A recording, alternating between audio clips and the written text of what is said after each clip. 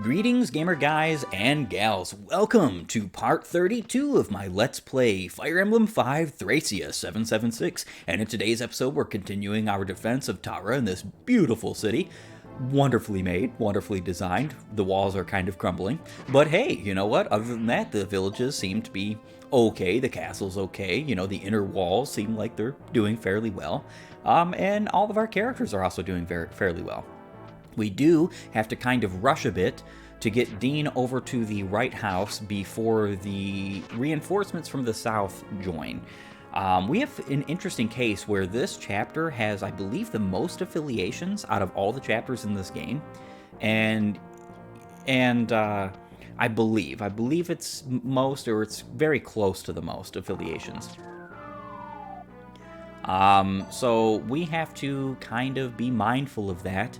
Dean could easily get swarmed, and though he can take them out, especially with his Dragon Pike, it would be better not to waste it, per se.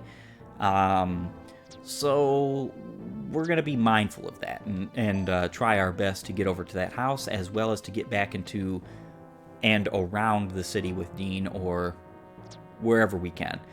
If we truly need to, we do have the rescue staff in case we need to rescue anyone like Dean or Asbel. Asbel should be perfectly fine.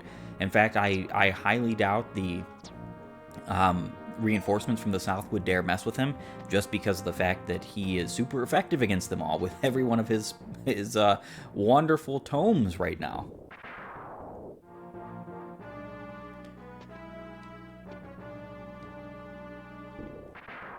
Yeah, right now what we're trying to do is we're trying to allow the enemies to amass like their own choke points kind of deal, so that we don't have to really worry about anything particularly. We don't have any more stealing to do with Tina, which is unfortunate. Would be nice to get her some more experience points, but I'm not about to bank on potential misses of her thief staff and then just waste it. Because if we can keep it, it's all the better.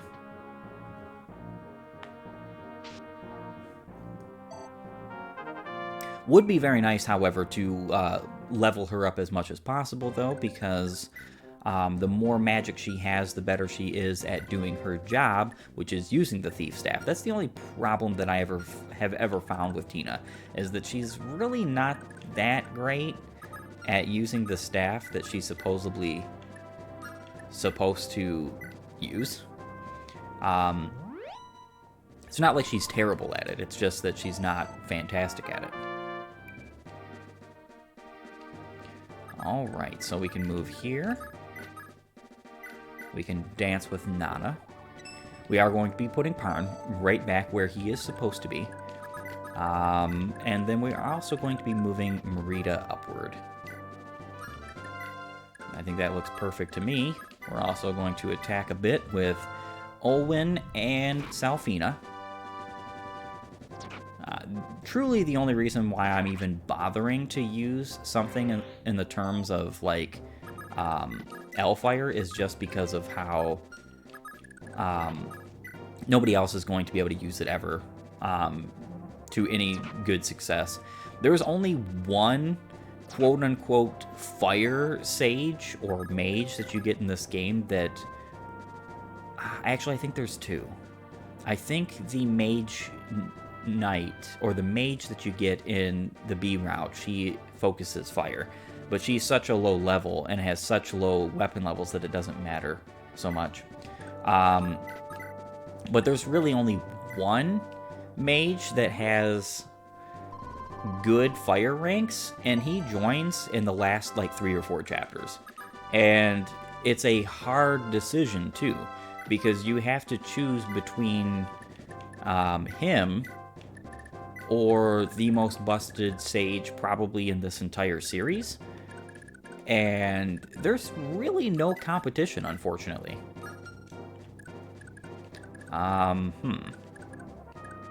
So it would be nice to go here and attack with Jormungandr.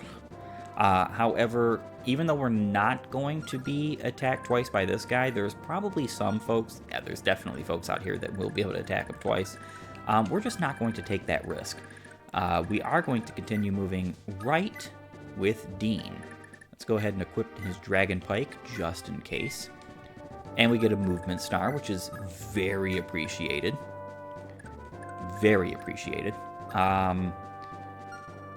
Let's see, the houses only give 1 defense and 10% avoid, so we're actually going to stay in the forest here. And we are going to... we could go a little bit further north, I suppose. Release this bishop, so Asbel is perfectly well and capable of dealing with all of the enemies that could potentially come after him.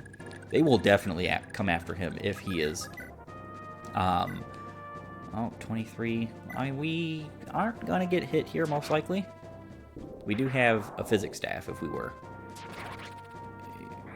Yeah, I don't really particularly think that the units to the south are going to go after Asbel, but they could if he still had someone captured, and we don't want that to happen. No siree, Bob.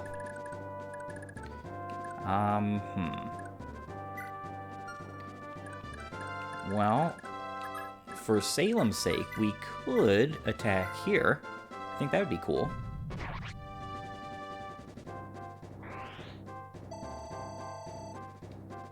Very nice. And we could take out one of these mages, because the mages are kind of a nuisance. Most of my units do not have good resistance, so most of them are going to be attacked.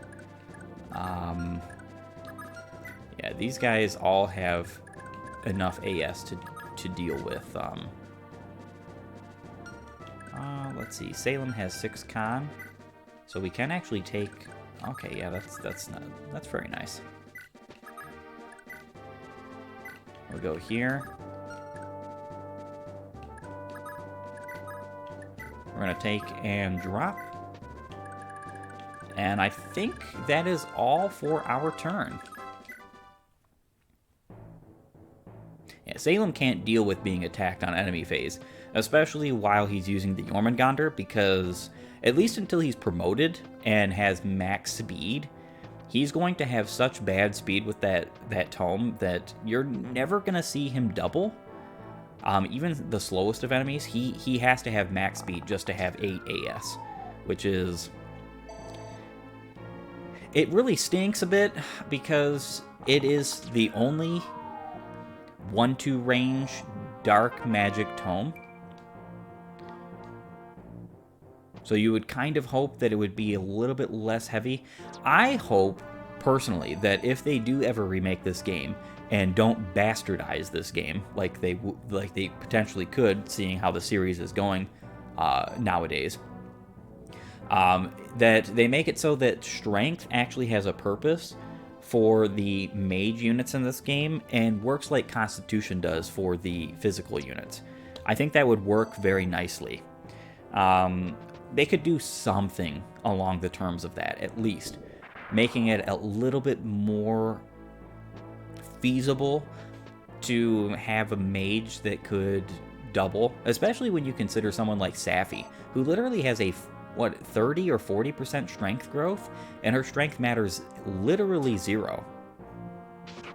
But it would matter in the context of my proposed idea, because it would allow for Safi to use the light tome unimpeded if she had enough strength.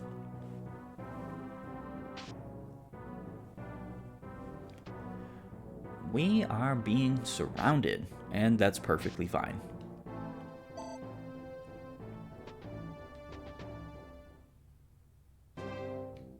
Alrighty, so now we're on a new turn, and we're going to go ahead and use Dean to visit this house.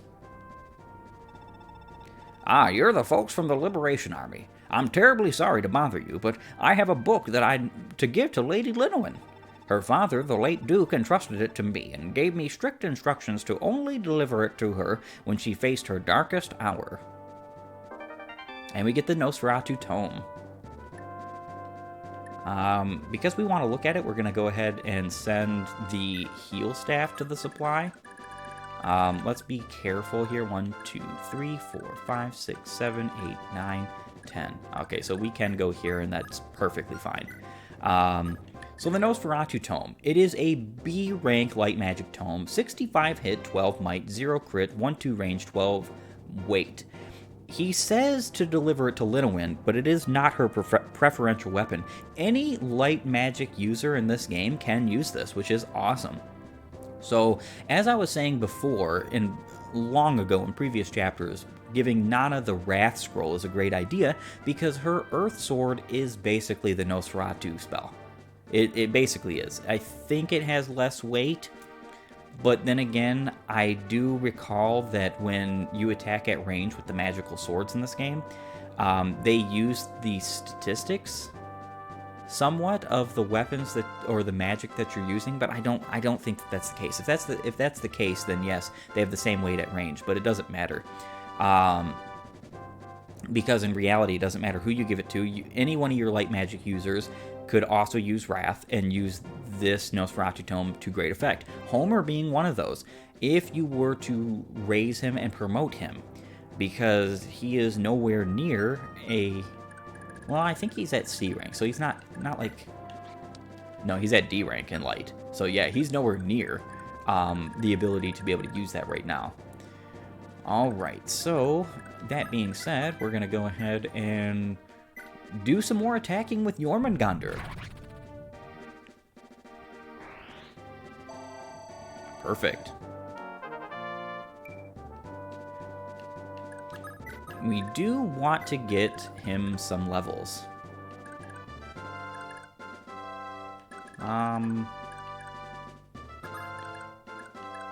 Because it would be nice.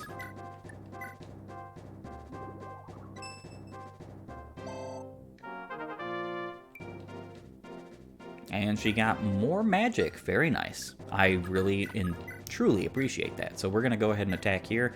Get rid of the mage. Like I've said before, the mages are kind of a pain. You don't really have much in the way of being able to resist them, so it's just a good idea. And then we can Killer Bow you.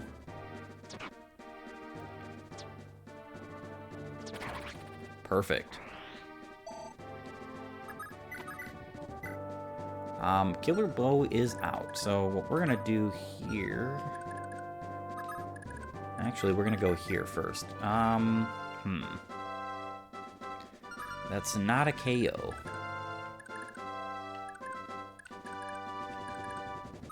I don't really want to attack whilst...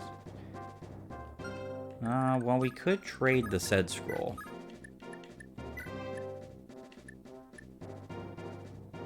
I mean, there is also the Ode scroll. We don't need that anymore. So we'll just take that for a moment.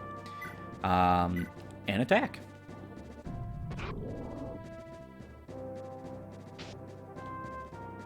Wouldn't have mattered had he gotten hit because Tina needs experience points as well.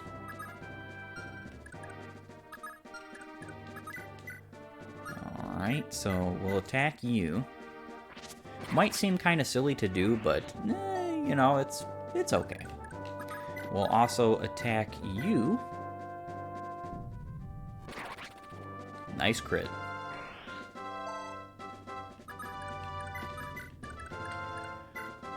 Leaf would love to get some more levels right now, but we're actually in no true rush of getting him experience points at this moment, just because of the fact that, right, we should be fine here with Salem, so we're not going to have to worry about bothering with that.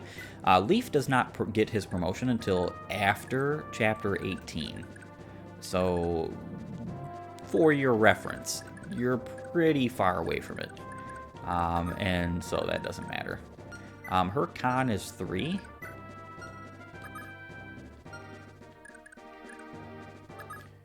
Alright, so let's heal you up.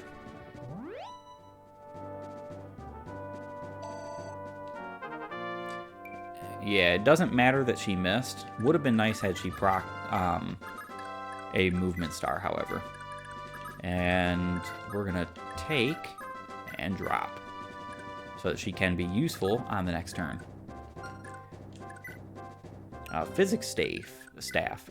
Would be nice to take that, actually. But very unfortunately, we're not going to be able to do that without wasting something. Now, we could give up the vulnerary. That is possible. Alright, one thing we are going to do is get that up there. Capture. So we'll try to do that. Giving up the vulnerary is definitely worth it to get a free physic. It's not necessary, though.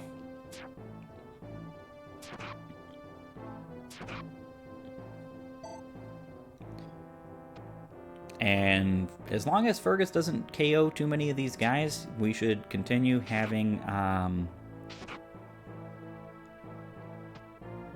the ability to clog up this area. What would be nice is to actually get some ranged units surrounding Fergus, attacking Parn.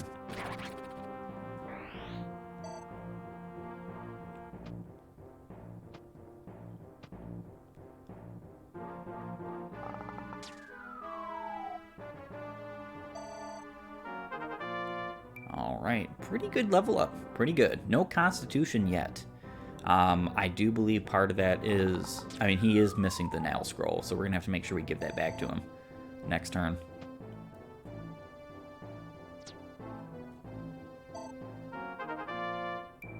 Fergus has reached yet another level. Pretty sure he's close to capping.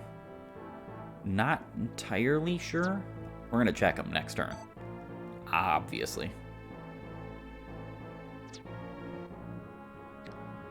Yep, Finn needs healing, but he'll get it soon. Perfect.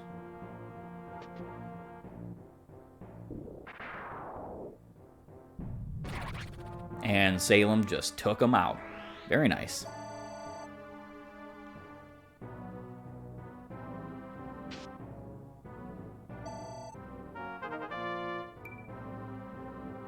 Awesome. Getting some pretty good level ups. Parn, in my experience, is the only good combative thief you get in this game. You can make the other thieves good. You can make any character good in this game if you're patient and you use the scrolls to your advantage. But in my humble opinion, he is out of the box the best, which is worth something. Jormungandr.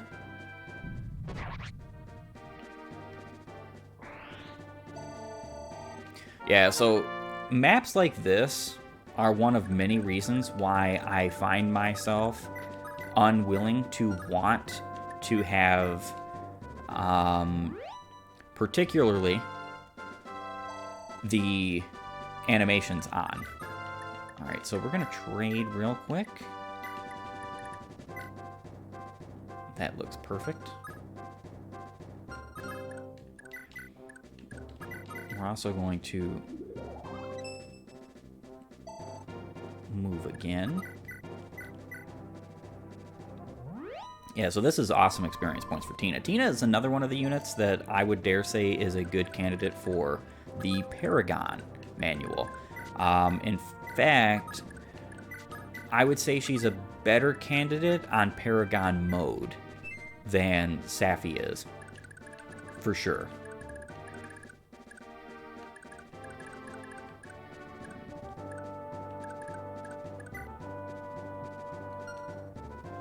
Let's see, can any of these guys... Yeah, there's some guys that have enough AS, unfortunately.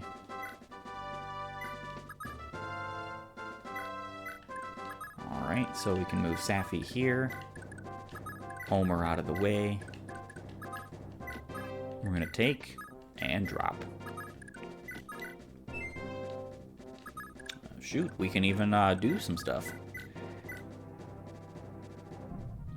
Yeah, Olwen doesn't need fire rank. The only reason why I'm using this Elfire is because, like I said, nobody else is going to be able to use it. Plus, might as well get it out of the inventory, and who knows, maybe she gets B rank in fire, and we're happy about it. It's not necessary, even remotely. So trade, we're going to take that physic instead of my vulnerary. Got to be very careful about doing this kind of stuff, because you don't want to accidentally put like a preferential weapon or a scroll on one of these units and release them. Or even just put it on him regardless, even if you don't release. Alright, so we're going to release you.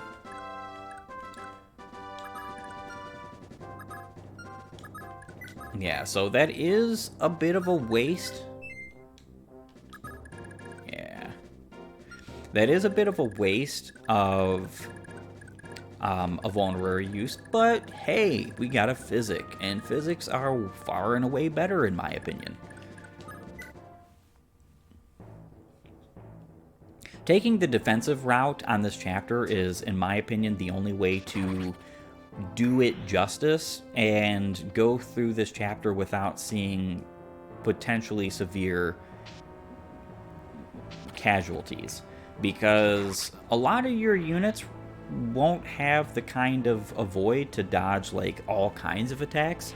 It's one of the reasons why we have Leaf with the Kingmaker being able to he's able to support both Ocean and Finn, as well as we have Nana down south supporting Pern, and Fergus, and the rest of the units down here, because the charm bonus is actually super helpful.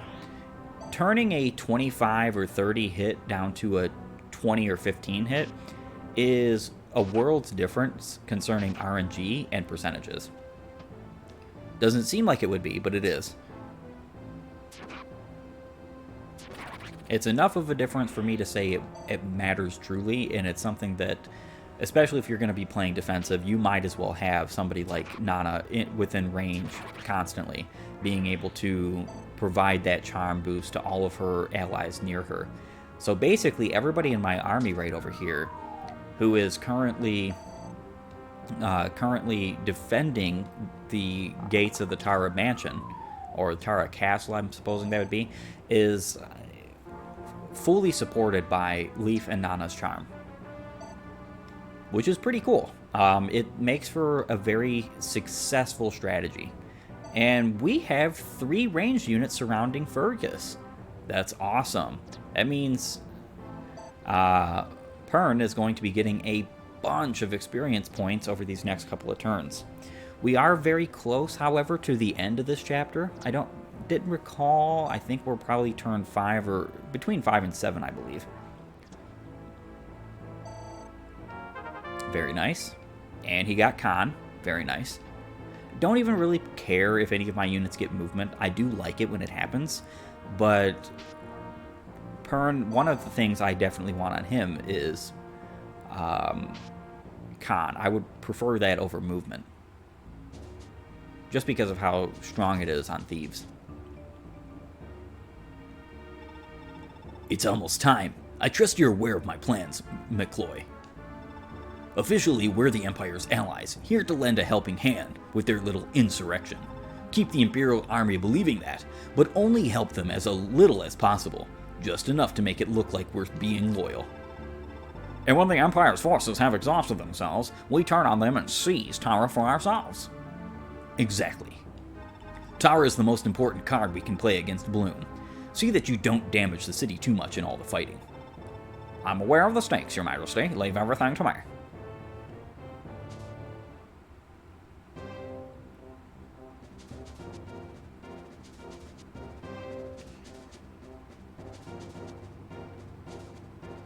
Yeah, so one thing you can do about these units down here is you can absolutely... Alright, so there's Rider's Banes. This guy has a Javelin. Another Rider's Bane. We're going to have to dismount some of our riding units, and I meant to go down. I think these guys also have the 50% chance to move every time, or every turn kind of thing. And then there's McCloy here, who's the boss of this area. You can have them all go for Asbel, and it's not totally unreasonable of a strategy, because Asbel should be able to take them all out pretty easily. You just want to be very careful about that.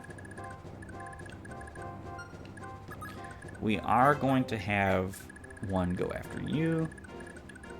This one has a Rider's Bane here, and he can reach Fergus, Now, Fergus is surrounded, so he's not going to actually be hit, which is a-okay. What we do have to worry about is Parn. We have 13 defense here. He's doing 24, so he's actually doing only 9 damage. Let's see. 22, 21. So, yeah, Parn is actually okay for the most part, except if these guys hit him also. Hold on a minute. 77 avoid. This guy has 1 hit, 1 hit, 1 hit. I think we should be relatively fine if that's the case. You do have to be very careful with these Draco riders, or Draco Knights actually. They're pre-promoted. That's pretty interesting. They are a bit of a terror. You don't want them within range of any of your units that are mounted because of the wonder that is the Rider's Bane. It seems like a thing Thracia likes doing.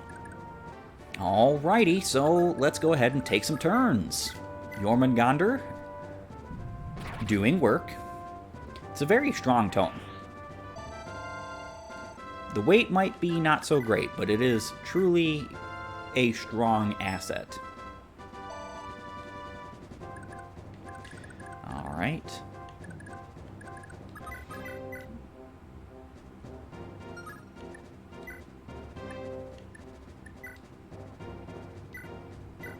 We can attack with the iron bow here. We're not going to do hardly anything unless we crit. And we crit.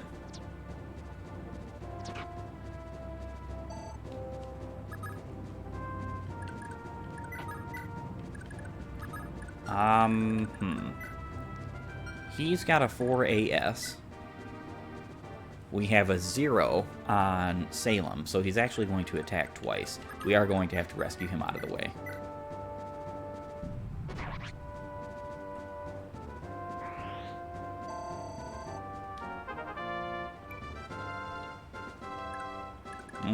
Getting skill is good, I will say. You know, once you reach 10 skill, you can't mess with those staves anymore, but as your only statistic you got, come on. Come on, guy.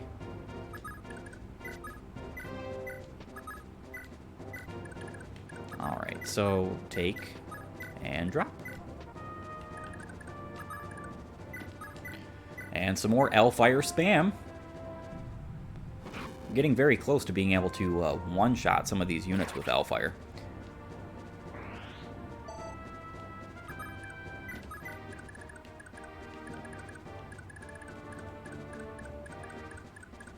And I think that's going to be it for this turn. Luckily for us, none of these guys have movement stars or anything like that. They can spawn with 10 movement. Doesn't look like any of them did, though. We can check down here. No, none of them did. So, with that being said, that's our turn. And now we have Loptyrian bishops.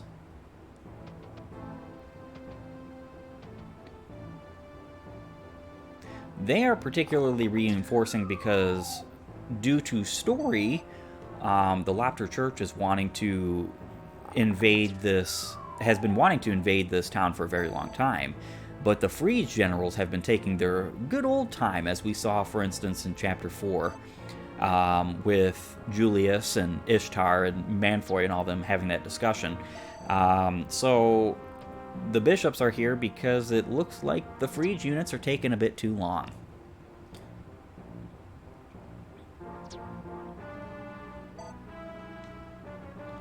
Either way, we're pretty darn close to being done with this chapter.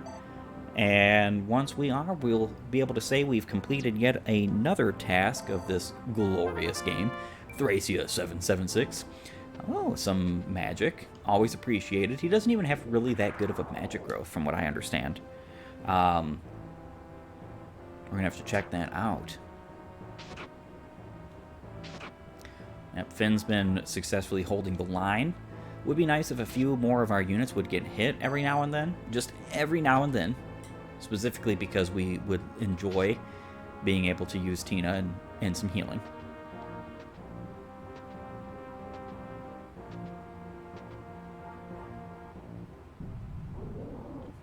Alright, so these Loptyrian bishops are going after Dean, which is unfortunate. Luckily, we don't have to worry about critting. And he attacked up close for who knows what reason.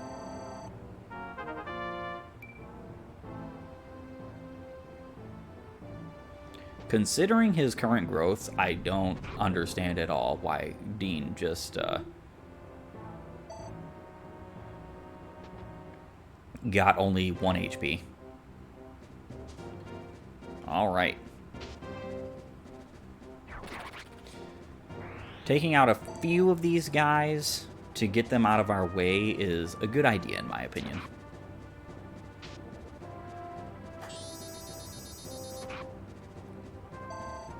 Very nice. And he's attacking Fergus.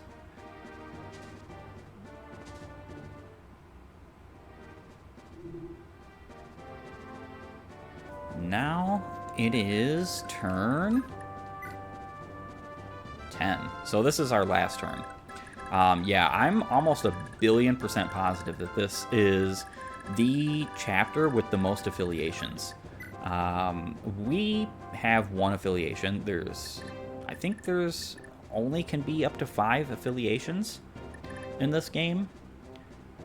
It's not something you could quote me on, that's for sure. As this is our last turn, we're definitely going to be visiting the arena, because why wouldn't we? But before we start on our last turn, yes, we are going to be cutting. I do want to thank you for joining me. If you enjoy my content, please upvote and follow, or like and subscribe, depending on your platform. And while you're at it, have a great and glorious day gaming.